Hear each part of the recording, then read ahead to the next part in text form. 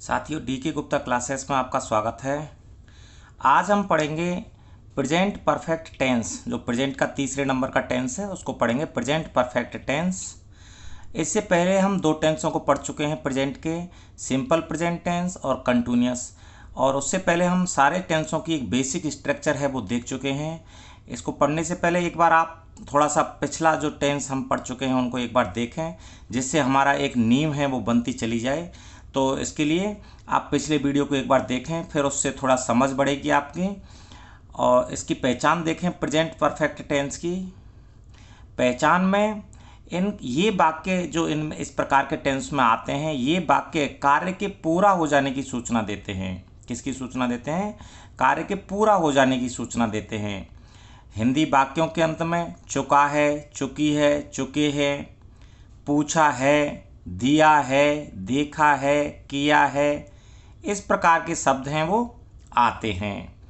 और हम प्रैक्टिस से देखेंगे, कुछ अलग शब्द हैं तो प्रैक्टिस से देखेंगे।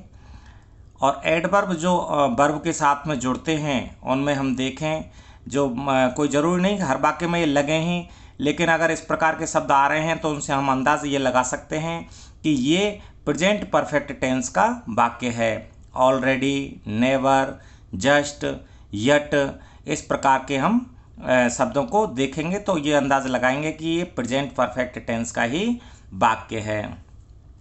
अब हम इसके देखें साधारण वाक्यों को। साधारण वाक्य जो एफर्मेटिव प्रकार के होते हैं, सबसे पहले हम देखें इसमें परफेक्ट टेंसों में जितने भी परफेक्ट टेंस हैं, किसी भी उसके प्रेजेंट के, पास्ट के, फ्यूचर के, उनमें वर्ब की थर्ड फॉर्म का प्रयोग किया जाता है। वर्ब की तीन फॉर्म होती हैं, जैसे कि हम पिछली क्लासों में देखे थे। वर्ब की तीन फॉर्म होती हैं, फर्स्ट, सेकंड, थर्ड। तो इसमें थर्ड फॉर्म का प्रयोग किया जाता है। और जो सहायक क्रिया है, हेल्पिंग वर्ब है इस टेंस की, प्रेजेंट परफेक्ट की, वो हैज होती है या हैव होती है। हैज को हम लगाते हैं सिंगुलर जो एक वचन के कर्ता हैं, या जैसे मैंने कहा थर्ड पर्सन के जो हैं कर्ता, सब्जेक्ट हैं, ही, सी, इट, उनमें हम क्या लगाएंगे? हैज लगाएंगे। हैव लगाएंगे हम आई इसके लिए। और जो प्लूरल बहुवचन के जो कर्ता हैं, सब्जेक्ट्स हैं, उनके लिए हम हैव जो हेल्पिंग वर्ब है उसका प्रयोग करेंगे। वाक्य बनाने का तरीका साधारण वाक्यों के लिए वो उसी प्रकार से है। हेल्पिंग वर्ब ज़रूर बदल जाती है किसी भी टेंस की, कि जैसे हमने देखा था प्रेजेंट इंडेफिनेट में हेल्पिंग वर्ब थी डू और डज थी। प्रेजेंट कंटिन्यूअस में देखी थी इज, एम, आर थी। इसमें प्रेजेंट परफेक्ट टेंस में हम देख रहे हैं हेल्पिंग वर्ब है हैज और हैव है। तो वाक्य बनाने का तरीका सेम है और कुछ नहीं है, बस जो सहायक क्रिया हैं या हेल्पिंग वर्ब हैं वो थोड़ा सा बदल गई हैं बस। तो वाक्य बनाने का तरीका हम देख लें इसमें, कि जो वाक्य बनाने का तरीका सबसे पहले क्या आएगा। सबसे पहले वाक्य, साधारण वाक्य होते हैं उनमें सबसे पहले आता है सब्जेक्ट। सबसे पहले क्या आता है? सब्जेक्ट आता है। मैंने एस से लिख दिया है ना। सब्जेक्ट के बाद में, इसके बाद में आती है हेल्पिंग वर्ब। हेल्पिंग वर्ब मैंने एच बी से लिख दिया ये हेल्पिंग वर्ब को, सब्जेक्ट। और इसके बाद में आती है वर्ब की थर्ड फॉर्म। जो वर्ब आती है वर्ब की हम थर्ड फॉर्म लेते हैं। और पहले के टेंसों में भी इसी प्रकार से लिया था हमने, सब्जेक्ट लिया था, फिर हमने हेल्पिंग वर्ब ली थी, फिर वर्ब ली थी। अब इसमें वर्ब की थर्ड फॉर्म यूज हो रही है तो थर्ड फॉर्म ले रहे हैं। बाकी जिनमें वर्ब की फर्स्ट फॉर्म यूज थी उनमें हमने फर्स्ट फॉर्म ली थी। आईएनजी जिनमें लगाना था उनमें आईएनजी लगाई थी हमने। और वर्ब के बाद हमेशा से हमने क्या लिया था? वर्ब के बाद लिया था हमने ऑब्जेक्ट लिया था। और ऑब्जेक्ट के बाद में अगर कोई वाक्य लंबा है तो हमने कंप्लीमेंट लिया था। जैसे कोई सप्लीमेंट्री प्रकार से, कंप्लीमेंट इस प्रकार से। अगर उससे भी कोई लंबा है, एडवर्ब जैसे हमने यहाँ पे यूज करे हैं एडवर्ब, ये ऑलरेडी, नेवर, जस्ट, यट, अगर इस प्रकार का कोई यूज हुआ है तो उसको भी हम जोड़ देंगे। तो ये तरीका है वाक्य बनाने का। ये इसमें ही नहीं, ये सारे साधारण वाक्यों का बनाने का यही तरीका है। सबसे पहले सब्जेक्ट लेंगे, उसके बाद में हेल्पिंग वर्ब लेंगे, उसके बाद में वर्ब लेंगे, परफेक्ट का है तो थर्ड फॉर्म लेंगे, फिर ऑब्जेक्ट लेंगे, ऑब्जेक्ट का मतलब जिसके लिए काम किया जा रहा है, फिर कॉम्प्लीमेंट लेंगे, फिर एडवर्ब लेंगे।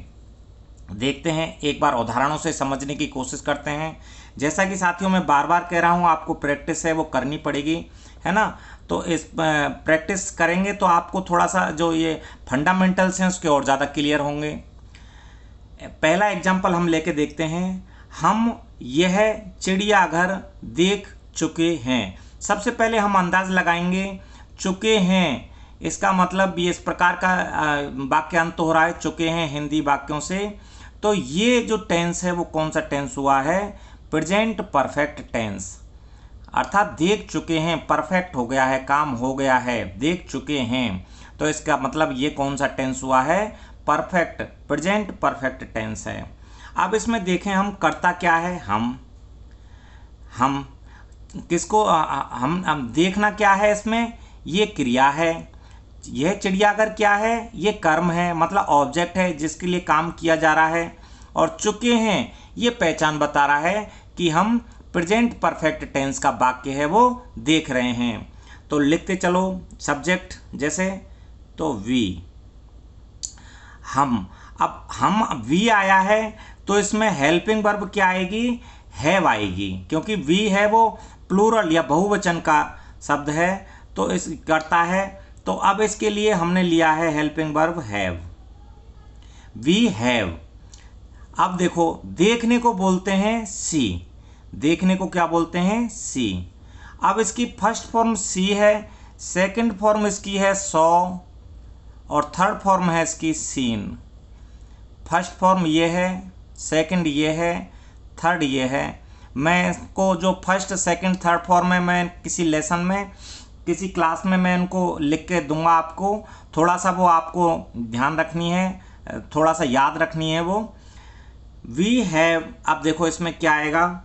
अब इसमें जो क्रिया की थर्ड फॉर्म है, वर्ब की जो थर्ड फॉर्म है उसका प्रयोग करा जाएगा। वी हैव सीन, अब यहाँ पे लिया जाएगा सीन, वी हैव सीन यह चिड़ियाघर।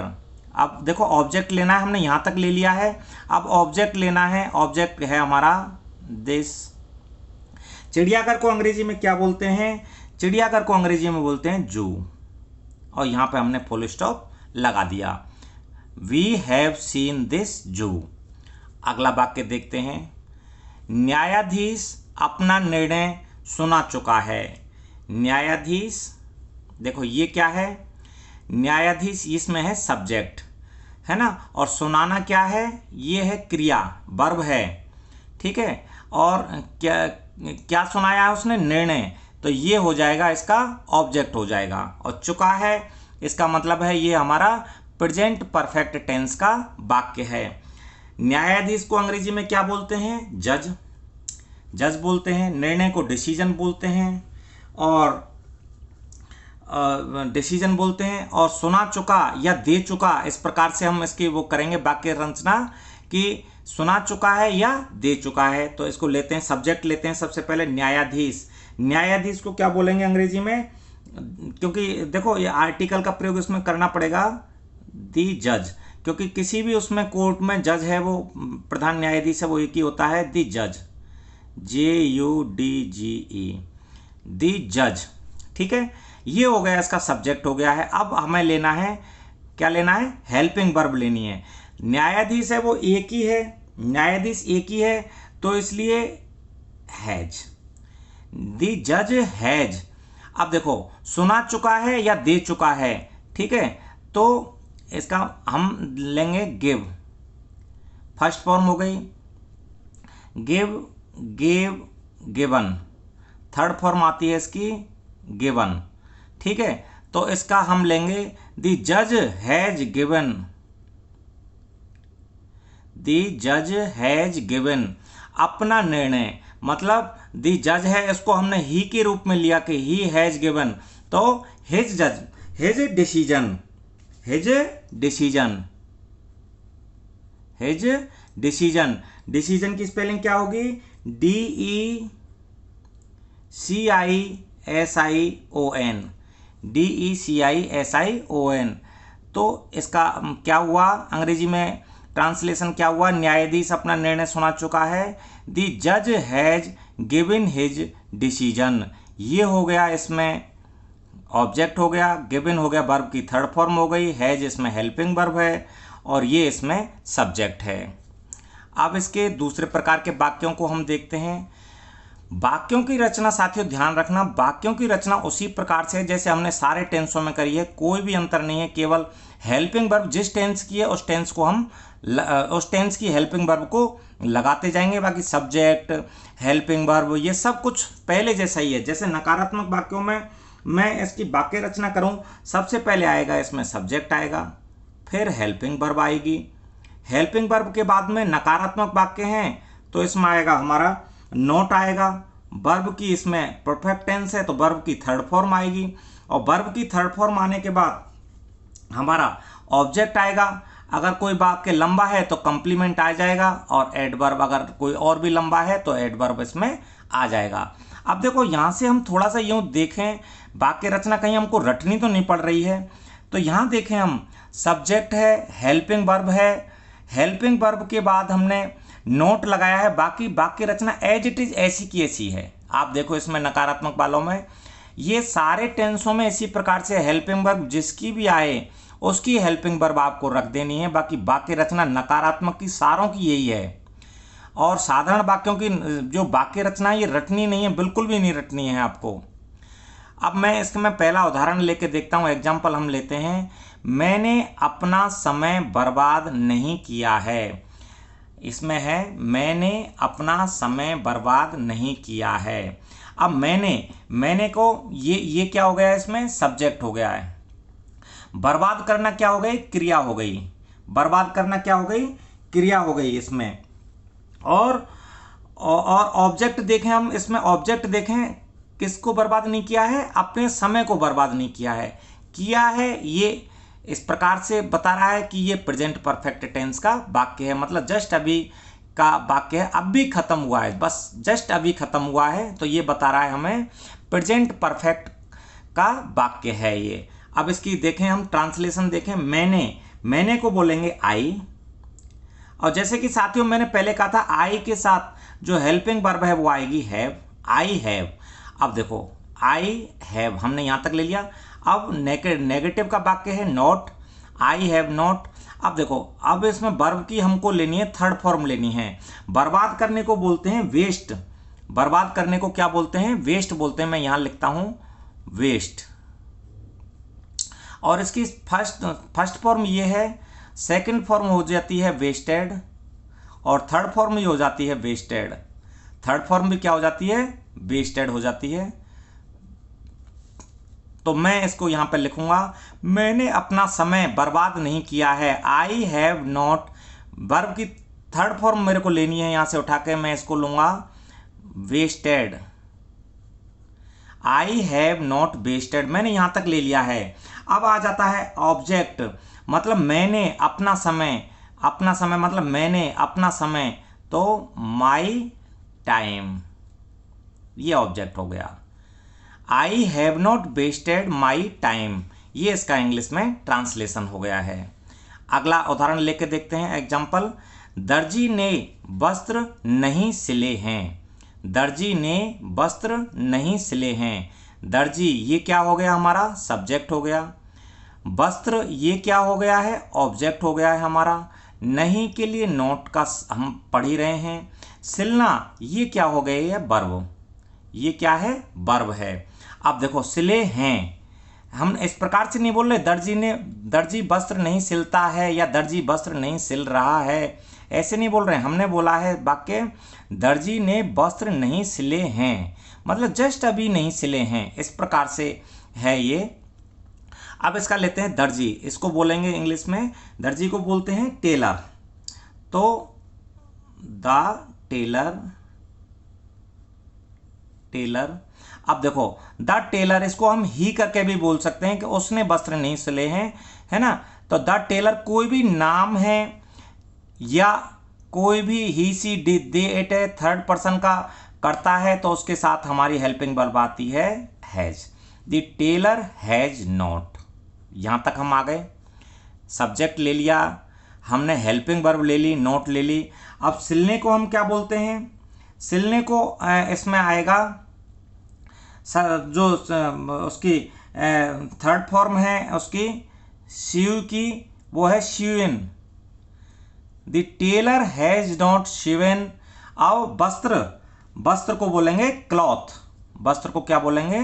क्लॉथ। वस्त्र नहीं सिले हैं, क्लॉथ्स। इस प्रकार से the tailor has not seen the clothes, ये थर्ड फॉर्म सीयू की हमने ली है, सीयू माने सिलना होता है, इसकी थर्ड फॉर्म ली है हमने सीन, ठीक है। The tailor has not seen the clothes, ये इसका इंग्लिश में ट्रांसलेशन हो गया है। अब हम देखते हैं इसके प्रश्नवाचक वाक्य या इंटरोगेटिव सेंटेंस देखते हैं। इंटरोगेटिव सेंटेंस की वाक्य रचना जिस प्रकार से हमने पहले दो टेंसों में की है, प्रेजेंट इंडेफिनिट में की है या प्रेजेंट कंटिन्यूअस में की है, वाक्य रचना सेम उसी प्रकार से होगी कि हमको पहले क्या लेना है क्या नहीं लेना है, सेम उसी प्रकार से होगी, इसमें कोई अंतर नहीं है, ठीक है। अब हेल्पिंग वर्ब क्या अलग होगी वो इसमें जरूर मायने रखता है। जैसे इसमें सबसे पहले हम लेंगे हेल्पिंग वर्ब लेंगे, प्रश्नवाचक है तो हेल्पिंग वर्ब लेंगे सबसे पहले, उनमें भी हमने हेल्पिंग वर्ब ली थी, उसके बाद हमने सब्जेक्ट लिया था, सब्जेक्ट के बाद में हमने वर्ब ली थी, वर्ब की इसमें थर्ड फॉर्म आ रही है तो थर्ड फॉर्म ले लेंगे, और फिर उसके बाद में हमने ऑब्जेक्ट लिया था, फिर उसके बाद में हमने कॉम्प्लीमेंट कोई सेंटेंस है तो उसको लिया था, फिर हमने एडवर्ब को लिया था।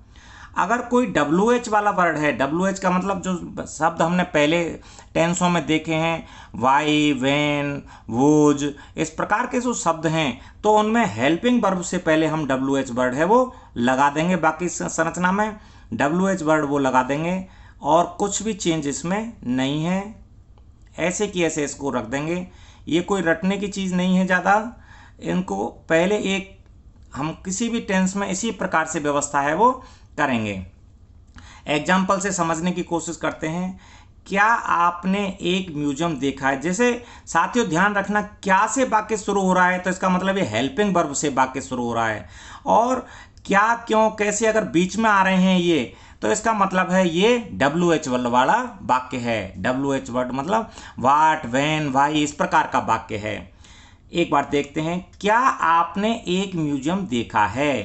क्या आपने, देखो क्या ये प्रश्नवाचक का वाक्य पढ़ रहे हैं, हम इंट्रोगेटिव का वाक्य पढ़ रहे हैं। आपने का ये हो गया, इसमें कर्ता हो गया, सब्जेक्ट हो गया, देखना हो गया है, इसमें क्रिया या वर्ब हो गई है। एक म्यूजियम ये इसमें हो गया है ऑब्जेक्ट, ये क्या हो गया है इसमें ऑब्जेक्ट। तो क्या आपने, अगर आपने यू आएगा तो इसमें हेल्पिंग वर्ब क्या आएगी? हैव आएगी, हैव हेल्पिंग वर्ब, क्योंकि हमने पहले ही वाक्य बताया है कि प्लूरल के लिए है जो हेल्पिंग वर्ब है प्रेजेंट परफेक्ट टेंसों में वो आएगी हैव। हैव यू, यहां तक हमारा हो गया आपने। अब देखने को बोलते हैं सी, और इसकी सेकंड फॉर्म है सी की है सेकंड फॉर्म सॉ, और थर्ड फॉर्म है इसकी सीन। हैव यू सीन, ये ले लिया हमने, वर्ब की थर्ड फॉर्म ले ली है। ऑब्जेक्ट में हम क्या लेंगे? ऑब्जेक्ट में लेंगे जो म्यूजियम है वो, क्या आपने एक म्यूजियम देखा है? Have you seen A museum, MUSEUM, question mark चिन्ह है, ये लगा दिया आपने, ठीक है। Have you seen A museum, तो ये हमारा इसका ट्रांसलेशन हो गया। अगला एक वाक्य देखते हैं जिसमें WH वर्ड का प्रयोग हो रहा है, कि उसमें WH वर्ड का हम प्रयोग है वो किस प्रकार से करेंगे। वाक्य है, इस पाठ को किसने याद किया है? इस पाठ को किसने याद किया है? तो अब देखें, किसने को बोलते हैं, किसे को बोलते हैं WH वर्ड में? वो, ठीक है, हु। अब देखो हु हेल्पिंग वर्ब, किस हेल्पिंग वर्ब इसमें क्या आएगी? किसने, देखो किसने मतलब ये एक वचन की ओर हमको इशारा कर रहा है, किन्होंने नहीं, किसने। वो हैज, देखो यहां से उठाया हमने हैज, ये हेल्पिंग वर्ब हैज ले ली, वो हैज। अब लर्न की याद करना, अब हमको लेना है किसने, वो हैज, किसने। अब इसमें देखो सब्जेक्ट है वो किसने, यही है, वो हैज। अब इसमें याद करने को हम लेंगे लर्न की थर्ड फॉर्म LEARNT, लर्नट। लर्न की लर्न, लर्नड, लर्नट, ये इसकी थर्ड फॉर्म है, फर्स्ट फॉर्म होती है लर्न, सेकंड फॉर्म होती है लर्नड और थर्ड फॉर्म होती है लर्नड। ये हु हैज़ लर्नड, ठीक है। अब यह इस पार्ट ये आ गया, इसका क्या आ गया, ये आ गया ऑब्जेक्ट।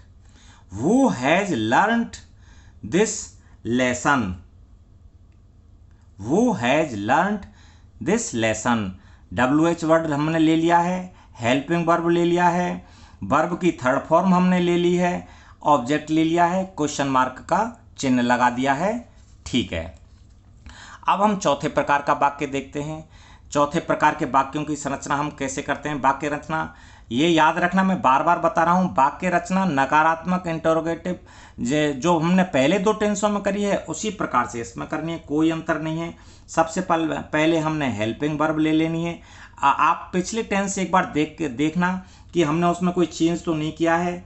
हेल्पिंग वर्ब ले लेनी है, फिर सब्जेक्ट ले लेना है, फिर नोट लगा देना है, फिर उसके बाद में हमने वर्ब ले लेनी है। वर्ब की अगर थर्ड फॉर्म आ रही है तो वो ले लेनी है, कोई दिक्कत नहीं है। ऑब्जेक्ट ले लेना है, कंप्लीमेंट ले लेना है और एडवर्ब ये लगा देना है। और अगर क्वेश्चन मार्क वाक्य हैं तो क्वेश्चन लगा देना है, इसमें भी हमने क्वेश्चन लगा देना है, ये इस प्रकार से।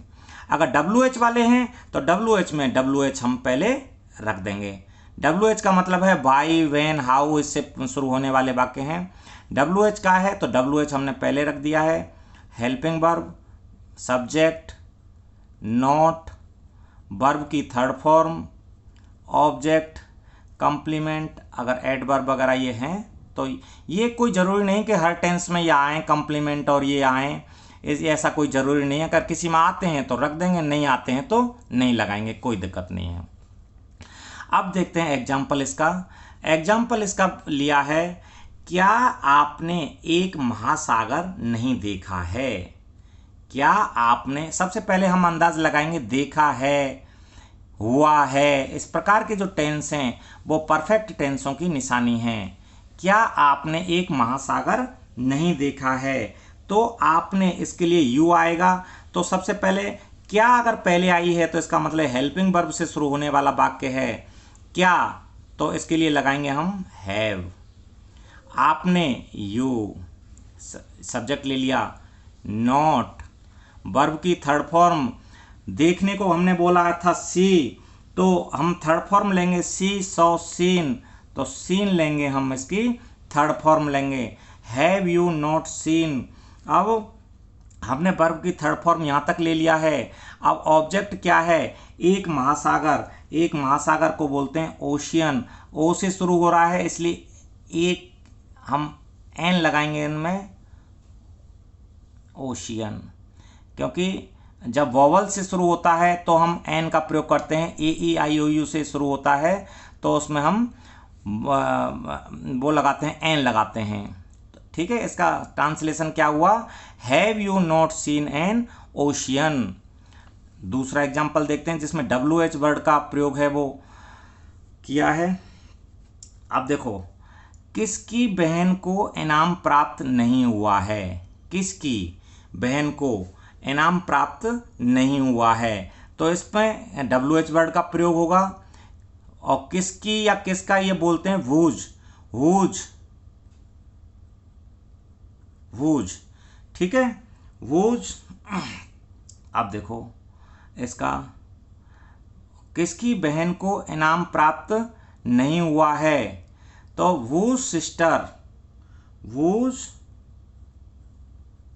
सिस्टर, किसकी बहन को इनाम प्राप्त नहीं हुआ है, वूज सिस्टर हैज नॉट। ये WH वर्ड का वाक्य ज़्यादा ये ऐसे नहीं है, किसकी बहन ये भी वूज सिस्टर, वूज सिस्टर करके हमने इसमें सब्जेक्ट बना लिया है इसका। किसकी बहन, वूज सिस्टर हैज नॉट। प्राप्त करने को बोलते हैं रिसीव, थर्ड फॉर्म का प्रयोग करना है आपको। रिसीव का रिसीव्ड, रिसीव्ड, इस प्रकार से सेकंड और थर्ड फॉर्म हो जाती हैं। रिसीव का रिसीव्ड, रिसीव्ड, ठीक है, RECEIVED। Whose sister has not received. इनाम को कहते हैं प्राइज, इनाम को क्या कहते हैं, prize, the prize. whose sister has not received the prize। इस प्रकार से ये प्रेजेंट परफेक्ट टेंस यहाँ पे एग्जाम्पल इतने हम करते हैं। बाकी आप एग्जाम्पल इसके काफ़ी से काफ़ी ज़्यादा निकालने हैं आपको, जिससे आपकी समझ है वो विकसित होगी। और अधिक वीडियो अपन इसमें और बनाएंगे, ठीक है। और चैनल को लाइक, सब्सक्राइब, शेयर करना। नमस्कार साथियों।